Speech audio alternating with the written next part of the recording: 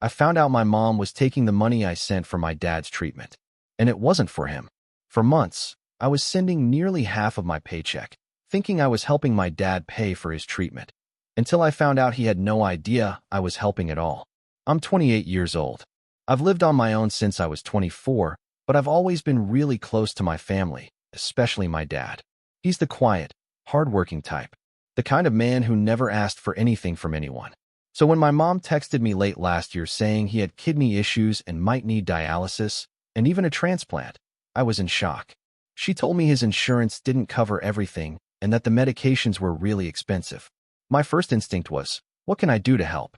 She said she was handling it all, that she was taking him to appointments, and that things were really tough. I immediately started sending her around $250 every month. It wasn't easy for me. I had to cut back on a lot, but I did it without hesitation. I wanted to help. Every time I checked in, she'd give vague updates like, he's hanging in there, or rough week, or the meds made him sick again. And the weirdest part? Every time I tried to video call my dad, he couldn't come to the phone. He was sleeping, resting, or her phone was acting up. And it all felt believable. My mom always had an answer. Until one Saturday, I decided to surprise them. No warning. I took the first bus out, got there around 9 a.m., stopped at my dad's favorite diner for coffee, and walked up to the house. My heart was pounding. I was expecting to see my dad pale, tired, maybe with dark circles under his eyes from the dialysis. But he answered the door looking completely confused. Hey, son. Wow, what a surprise. Is everything okay? He looked fine. Better than fine. Healthy. Smiling. Gave me a big hug, asked about my job. We sat down and chatted for a bit, and then I brought it up. I asked how the dialysis was going, how he'd been feeling, if the meds were helping. He froze. Looked at me, confused. Meds? Dialysis? What are you talking about? I thought he was joking. He wasn't. I told him everything my mom had been telling me over the last 7 months. The illness, the treatments, the meds, the money I'd been sending. His face went pale. He said he wasn't sick. He had high blood pressure, sure, and had done a few tests, but that was it. No dialysis. No special medication. And he never asked for help. It was like the floor disappeared beneath me. He got upset and called my mom right away. She was at the store, but came home in 15 minutes. The second she saw me, she froze. She clearly didn't expect me to be there. My dad, trying to stay calm, asked her, "Why did you tell our son I was seriously ill?" She fumbled, tried to dodge the question, said she didn't want to worry anyone. Then she changed the subject. But we didn't let it go. That's when she snapped. She said, "You have no idea how hard it is to manage everything on my own. I used that money to keep the house running." But I knew that wasn't the full story. My dad looked heartbroken. He told me he knew exactly what they spent, and that the money he sent every month more than covered the bills. There was no reason to need an extra $250. Then came the breaking point. He asked her if she saved the money or spent it. Her answer? I spent it. It was in my account. What's the big deal? That line echoed in the room. It was in my account. What's the big deal? That's when we both realized she didn't even think she had done something that bad. Deep down, she felt entitled. But what hurt the most wasn't the money. It was the lies, the manipulation, the way she used me and acted like she was doing us a favor. I sat there in shock. My dad stood up, walked to the bedroom, and came back with a folder in his hands. Receipts, bank statements, bills, all neatly organized. He showed me exactly how much came in and out every month.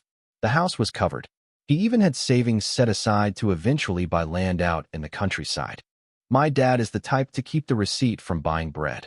And contrary to what my mom implied, he knew exactly what was happening with their money.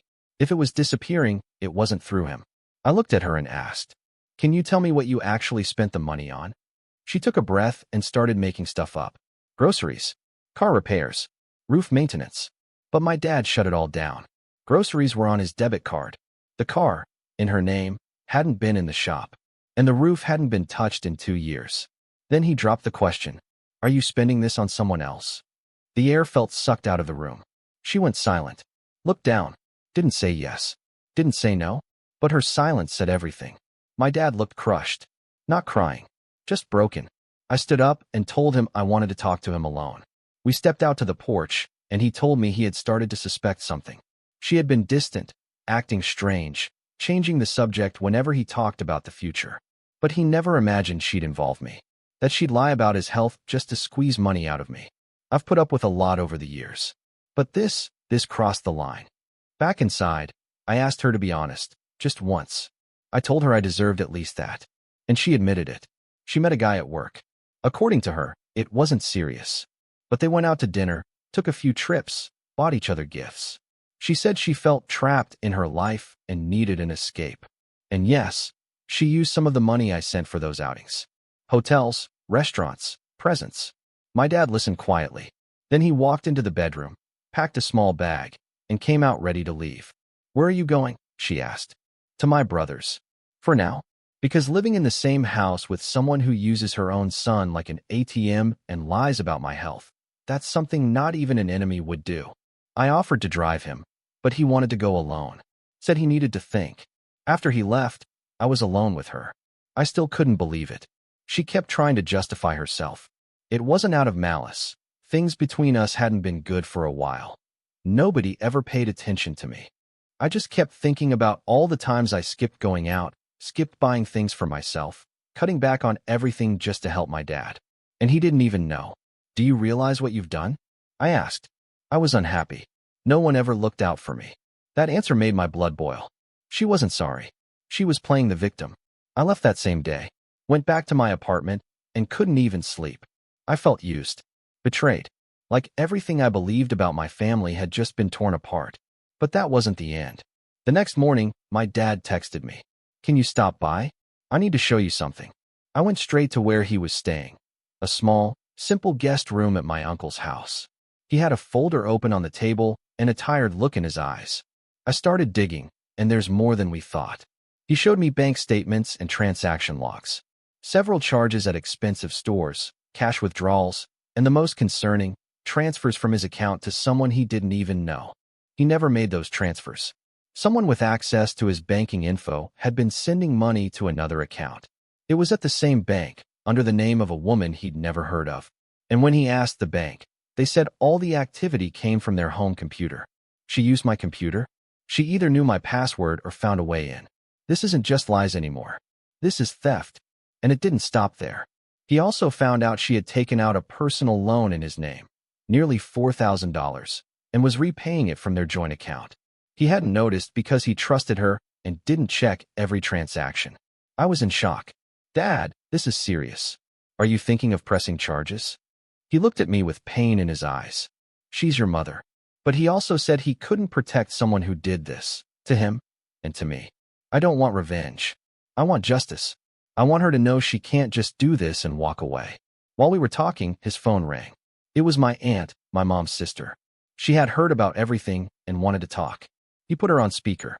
"I tried to warn you before," she said. "She's done this before. She used my name to borrow money from people at church. Told them it was for our mom's treatment, who was alive and well. Then she vanished, left me with the mess." She said this kind of behavior had been going on for years, always with someone close. Always an emotional story, then disappearing when people started asking questions. She lied to me, to my husband, to coworkers, and now to her own son. After that call, everything hit even harder. I had still been trying to find a way to justify what my mom did, like maybe it was just a desperate phase. But no, it was a pattern. I didn't know if I should confront her again or just let my dad handle things legally. But she showed up at my apartment that same night. She looked tired, swollen eyes, asked to come in. Against my better judgment, I let her. She started talking like nothing had happened. Said my dad was always distant, that she felt alone and had no one to turn to. I listened, but I felt nothing. When I asked about the loan, she dodged. When I brought up the unknown bank transfers, she denied it. And when I mentioned the woman's name on the account, she went quiet, then finally said, "You don't understand. I did what I had to do to keep things together. Sometimes you do what it takes to survive." That's when I realized she wasn't remorseful. She was justifying herself. She used me, lied, hid everything, and now wanted me to understand as if she was the victim. And just before leaving, she said something that haunted me for days. "You don't even know everything. And when you find out, you'll hate me even more." 2 days later, my dad sent me a voice message. His tone was heavy. "I just got back from the police station. I filed the report. And there's one more thing. We need to talk. I went to see him right away. He had an envelope from his lawyer. Inside was a bank statement from an account he didn't even know existed, opened under his name, in another state, using a different address. The activity on that account dated back to 2019. She had opened that account using his identity, used a burner phone, made small deposits and withdrawals to stay off the radar. And the most shocking part? One of the names showing up as a regular depositor was someone from my childhood, Marcos, my mom's former boss. He used to be around all the time, came to birthdays. Then one day he just vanished, supposedly transferred to another state. Turns out, they never lost touch. The lawyer found records of her receiving regular payments from him for years. She told people it was for consulting work, but she never worked in that field, never had training. It was all fake. My dad looked at me, his voice shaking. I don't think they ever ended. And I think the money she took from you wasn't just for her. It was for him too. I was frozen. It all made sense. The hotels, the gifts, the money. She used what I sent, thinking I was saving my dad's life, to fund her affair. She lied to both of us, played us both. And then came the final piece. Inside the envelope was a printed email, one she had sent to a close friend. It said she was tired of life with my dad and needed to build up a reserve in case she wanted to leave for good. And the worst line? At least with my son's money, I can keep up appearances. He has no idea. It was sent 3 months before all of this came to light. 3 months after I started sending her money. That was it. There was no I didn't mean to. No, it got out of control. It was premeditated, cold, calculated. My dad moved forward with the legal process. He didn't want to destroy her, but he made it clear he would never trust her again. She was officially notified, had to take responsibility for the debts under his name. And for the first time, everything came out to the whole family. Uncles, cousins, everyone saw the truth.